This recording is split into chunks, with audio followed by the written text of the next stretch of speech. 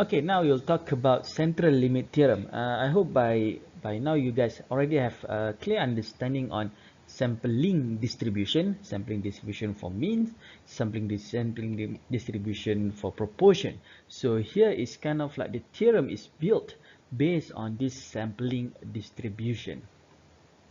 So when we can use the central limit theorem, or sometimes we call it as a CLT. So there is a statement here. Okay, so start with statement. So let's say given the random variable x bar, so x bar here, so has a distribution which may or may not be normal with mean mu and standard deviation sigma. So samples all of the same size n are randomly selected from the population of X value. So what? Okay, so that's clear. So you have this, and so what? So we can say that the distribution from this statement, you can say that the distribution of samples of sample means will be the population mean. So it can be sample mean can be into the population mean. So something that we already discussed in the sampling distribution before. And also the standard deviation of the sample means will approach to sigma over by this. So this is a simple distribution for simple mean. So we already discussed this previously. So in the sampling distribution. So how this relate to central limit theorem? So to use this theorem, basically we already know what is the population mean and also the standard deviation for the population. And now we want to make from the sampling, then we get the mean of the sample. So from here we cannot develop the theorem for the central limit theorem. So for the CLT, so the first theorem for the central limit theorem is the mean of the sample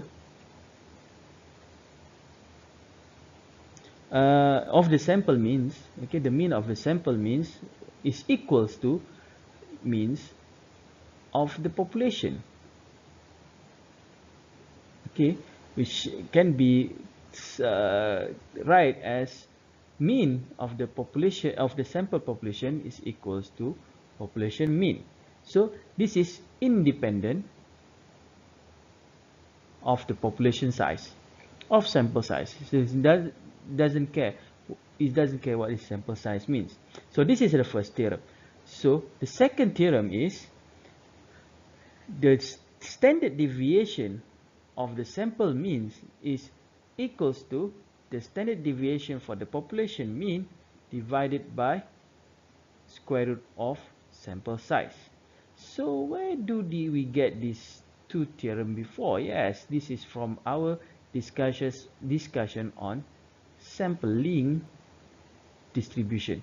So basically what we want to talk in central limit theorem is basically how we can apply it to sampling distribution. So basically this is the first two theorem of CLT. The third theorem says that if the population is normal, then the sample means will have a normal distribution. Okay, so this is independent of sample size. Okay, here let's say that we already know that the population of our population will be a normal distribution. So we already know that this will be a normal distribution. So this is our population. Okay, so our population is already known to be normal. So no matter how we did it, okay, so whenever we do the sampling, yeah, so whenever we do the sampling, so the distribution, then the sample means that we get definitely will follow the population means. So this is basically what does this theorem mean. If we already know that the distribution of the population is already normal, so no matter how no matter how big is your sample size in your sampling, so it doesn't matter, then this must be follow the normal distribution. So the sampling, the distribution of sample mean, so the sampling distribution of the sample mean is going to look normal. So this is the third theorem. However, what if what if it's not normal? What is the population? The distribution of population is known to be not normal. Okay, let's say they have a bimodal distribution, or any squiggle, or any kind of like skewed distribution, okay, to any direction and so on. So this is not normal. So how we want to deal with this? So this is where the fourth theorem comes. Okay, so if population is not normal, okay, but there's a one catch here, the sample size n is more than 30, okay, then sampling distribution of sample means approximates a normal distribution for any population distribution shape. Okay, so try to pause a little bit this video, and then try to understand this statement for the fourth theorem. Okay, let me show you an example. Imagine a bimodal distribution. Let's say you can have a bimodal. Okay, let me redraw it again. Let's say you have a bimodal distribution. Let's say you have here, and then you have bimodal distribution. So you have the population, you have this bimodal distribution, where you can get this kind of distribution. Let's say in the kindergarten school, in the kindergarten, okay, where you have a when you try to look at distribution of the height, let's say the height of human, okay, in being in the kindergarten. So which means that you can get two extreme population of human there, which is the teachers and also the kids, right? So you can have this kind of distribution. Let's say this is the 4 feet. You can get 5 and 6 with this distribution. This area probably the teachers, and then you get this 3 and 2 feet. Probably this is the kids, right? So you can look at this binomial distribution with this kind of setting. So let's say we have this kind of distribution. So definitely this population is not normal. Okay, this one is not normal. So how you want to impose this theorem into this? So how we want to normalize this binomial distribution? This can happen. So we cannot normalize this distribution. It looks like normal, but if we have the n, let me clear this a little bit. Let's make you have the sample size more than, if the sample size is n is more than 30, according to the statistic, you can assume that, or you can make an approximation. Okay, you can make an approximation that the sample mean that you take will be normalish. Okay, this will be a little bit normal. So this is what the theorem number 4, the fourth theorem, tells about you guys, about you. So how it works? Okay, basically how it works is you know that if we make the same like how we do is in the sampling distribution for means. So if we take if we repeat samplings over and over and over and over again, sampling is over and over and over once and once. So like I simply explain in the sampling distribution means, so the x bar, the sampling means, okay, the sampling means, okay, will approximately, okay, the sampling means will approximately falls near the population mean. So this is what we call as the near is the true population mean. So basically it will become normal. So from this theorem, so we can have this just but the important part is you make sure that we have the sampling size this when we do the sampling, if we do sampling over and over and over again, there will be like this. So will be a normal distribution. Therefore, we can use a normal distribution table to calculate or to estimate the population probability and so on and so forth. So what we want to do is this normal distribution. What the most important part is the n, the sample size. Means when you do the sampling must have more than 30 individuals. We say you need to have more than 30 samples. So this is crucial. So let's say some students say that if this is not normal and n equals less than 30, what we can do is just you cannot use the sampling distribution. It's just not follow the Ford's theorem. The Ford's theorem need to be follow the n must be more than 30. So then you can use the normal distribution table to estimate the to take the z, and then also finally you get the probability. So this is what this the fourth theorem tells you. Why need to be normal? That's another question. So try to go back and understand the normal distribution. Look back at the videos I posted, for normal distribution. Think about why it must be a normal distribution. Why we need to assume, make an approximation to a normal distribution. This is something that I want you guys to really think about and try to understand. So next, why don't we just try to play with some example here. Give you some example. This is the example already in your lecture notes. So I just want to redo it for you guys. Okay. So here is the given. The example is given the population of man has normally distributed heights with a mean of 172 centimeter and a standard deviation is 29 centimeters.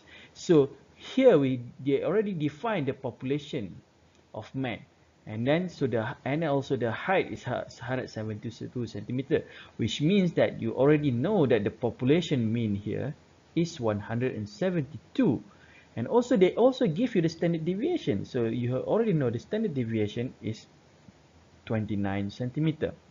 So if one man, so the question is here, if one man is randomly selected, find the probability that his height, okay, that his height is greater than 167 centimeter. So now they want to find the probability of more than 167. So basically, what is this? This is a standard normal distribution, right? So we already covered this. So what is the formula for standard normal distribution? We want to find the z. We want to find the z when z is equals to x bar minus mu divided by standard deviation. We try to find the z, and then we go to the a normal distribution table. You can go for table 3 and then look at the value of x, and you will get the probability. So you already know the x bar. X bar is 167 centimeter. Mu is 172. Standard deviation is 29. So basically, this is standard normal distribution.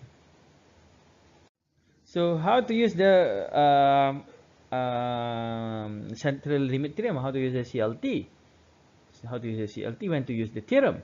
So same question here. You already know the sample distribution the mean population is 172, then and standard deviation is 29. Population standard deviation is 29. We already know this. They already given the same thing. The only thing that they want to do is they want to look at if there is a they randomly selected 12 people. Now they have the n is equals to 12. Okay, so now they want to find the probability that their mean height is greater than 167 centimeter. So how you want to, so now we have the value, the sample, we have the do the sampling here. They already do they have a value of sampling here, so which is n equals to 12. So my first question now is the n is less than 12. So can we use the theorem? The answer is yes. Why? Because the population, they already have the population of man has normally distributed. So they will define. This is the theorem number 3. So you go back and look at the theorem number 3. So this is the third theorem saying that this is must be a normally the distribution. Okay. So this distribution. So this the is independent. So sample number of sample is not important here. So what we need to do? So now the formula we already know this to find the z. Okay, in the normal in the sampling distribution, you x bar minus mu divided by standard deviation n. So just put the values inside here. So you get 172. You get it. You already know the 167. You know the 172. You have this 29. You have the 12. Just put and then try to find the z. That's simple as that. So now, because of this, because we define the central limit theorem, because we normalize, okay, the sampling distribution, then we can use the z table. So then we can look at, okay, so we know that for the first question, you can see the z is just normal distribution, okay, standard deviation. So this is 177 minus 172 divided by 29. This will become negative 0.1724. When you look up at the probability table, 0.1724 is equals to 0.4325, but this is 0.1724 is here, so this is a minus, you can be here, so means that 0.4325 is the probability over here. So what you need to do is 1 minus 0.4325, this is equals to 0.5675, then you get this, because you need to have greater than 167, right? So the probability will be here. So the probability is 0.5675 for the first question with the normal distribution table. So we just want to see one probability from the whole population. So let's look at the second example. So you can see that the z, same thing. So this is the different formula, just different annotation. Okay, so you get here is 5 minus, this is 29. So n square root of 12 is 3.464, and you get 0.597. You can look at table, you can look at 0.60. okay, and therefore the value will be is 0.2743. so the probability is 0.2743, again 0.6. okay, we look at the table, the value of 0.6 here is over here. So the 0.2743 is greater than is here, right? So 0.2743 is here. But because this is a negative, so then you need to mirror it, and this is 0.274 sorry 0.6 here. Okay, sorry, 0.6 here, which means that the probability is over here. So this is the probability is 0.273. So 43. So what we want is the probability more than 167. So we need to find the probability larger than this. So the probability is 1 minus 0.2743 is equivalent to 0.7257. So here the probability here is almost 73%. So this is the probability. So this is how we want to get. So note here that you can see it's the value here is way different. So probability pretty big difference over here. 56% and 57% and 73%. So it is much easier, okay, for an individual. So if you have take one sample only to deviate from the mean, then it is for a group of 12 to deviate from the mean. So that's why we want to look at it. It's just interpretation of it. So I hope by now you guys can understand what is the CLT means. I hope you guys really don't mind my clumsiness, or not clumsiness, my this kelangkabut here. So I hope you guys can really understand CLT and try. Hopefully you can apply it in your real life. Okay, thank you very much.